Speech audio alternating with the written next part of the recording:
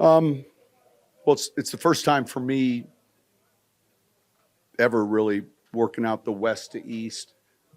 I would say this, historically speaking, when I coached on the Eastern time zone or Central time zone, there were like three teams maybe: Seattle, San Francisco, Chargers, Raiders. Where we'd go Friday night, but you really gained sleep when you made that trip.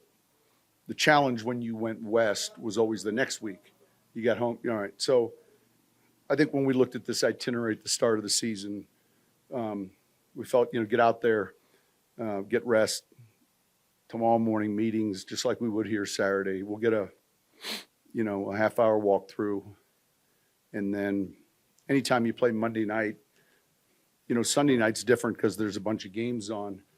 Monday night, your television options while you're at the hotel as a player, are limited. So, again, the focus the following week, our decision to stay, return in the morning, that kind of thing, that's changed over the years. But that was all kind of mapped out. What do you do? What do players do on a Monday with that much time? Well, we have meetings. There's pregame meal. Some of them take naps. And then, buses really begin to head over at 4 o'clock. And so when you look at the morning schedule, it works out. What was the thinking on putting the Bills logos on the field there? Yeah, it's funny. I've done that for years.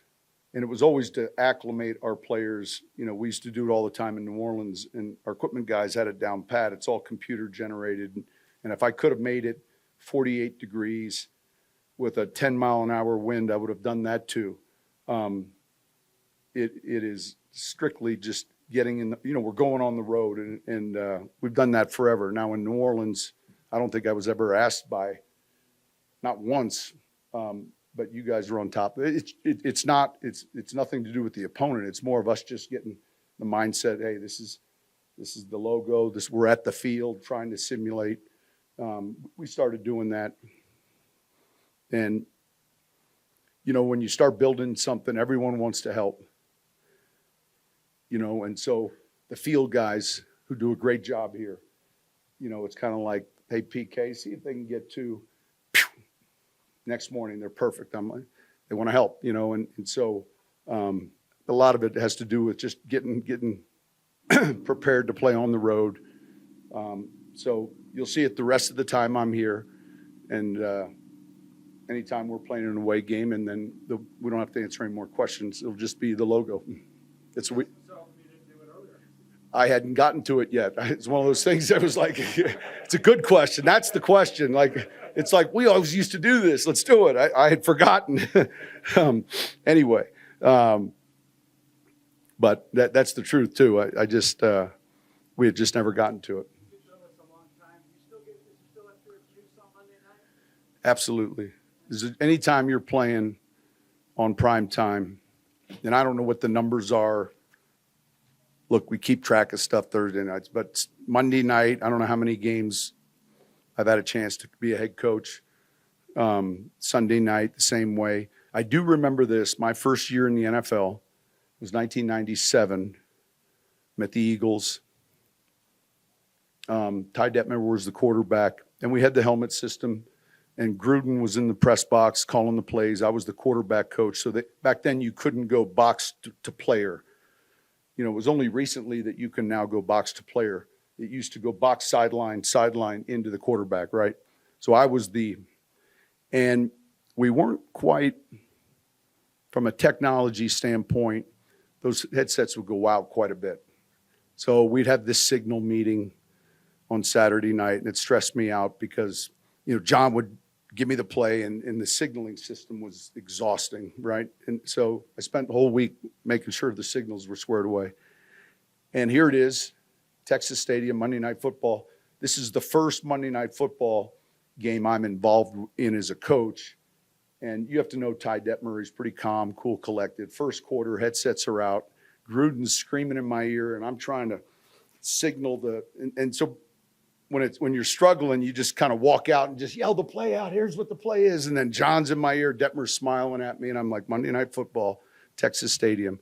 and the headsets are out. So that's what I think of from my first exposure. But yeah, I think you're playing in front of a national audience, and that means every player's family member, coach, significant others that have somehow touched their careers are seeing them play, and I think that that's something. What was the reason behind playing Monday Night Football theme song?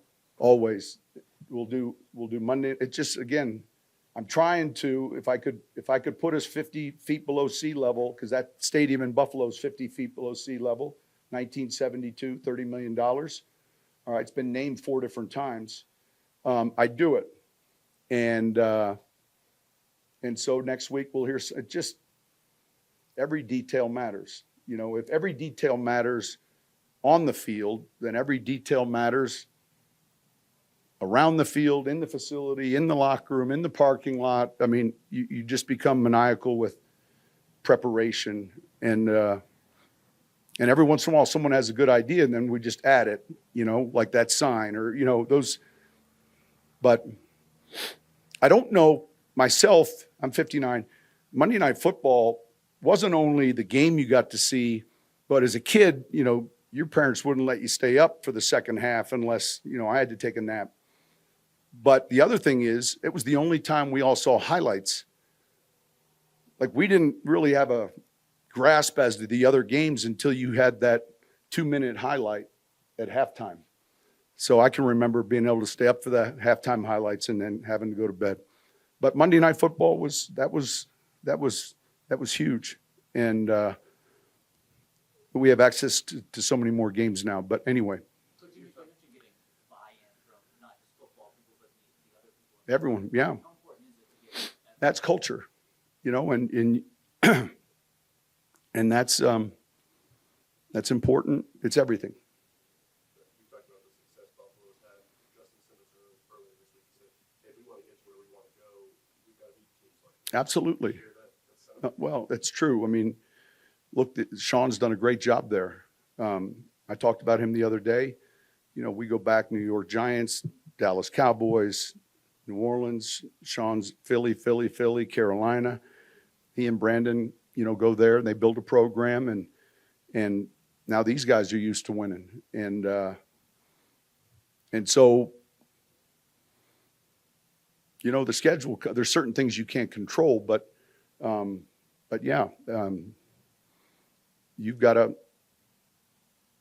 win on the road, and you've got to beat good teams. Offensively, just where do you start with the guys in terms of keys to this particular game? Well, I think ball security. This is a team, real quick, if you look statistically speaking, they cause more fumbles than pretty much anyone in the league. I think they're second. And it's being coached well. You know, in the late 90s, defenses started valuing turnovers differently than what we were used to. Lovie Smith and Monty Kiffin. There was a group of coaches that all of a sudden, you know, peanut punch and so ball security changed in the late 90s, you know, and so when college guys come up to our level now, the way defenses attack the football has really changed in 20 years. These guys, we showed the highlight reel. You know, you can point to games, you take their Miami game, and you look at Miami's numbers, offense, running, all these things, but you're like, the score was this, 2 turnovers. And I think Sean and Josh are like 33-1 when they win the turnover battle. So there's certain things that you can have your best plan and effort and everything else, but this is that's the trump card that can, you know, that can keep you from winning.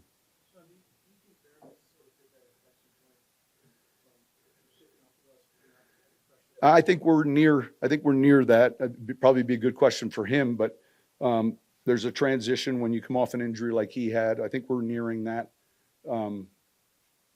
You know, and man, it's certainly good to have him back, but a good question. Thank you, guys.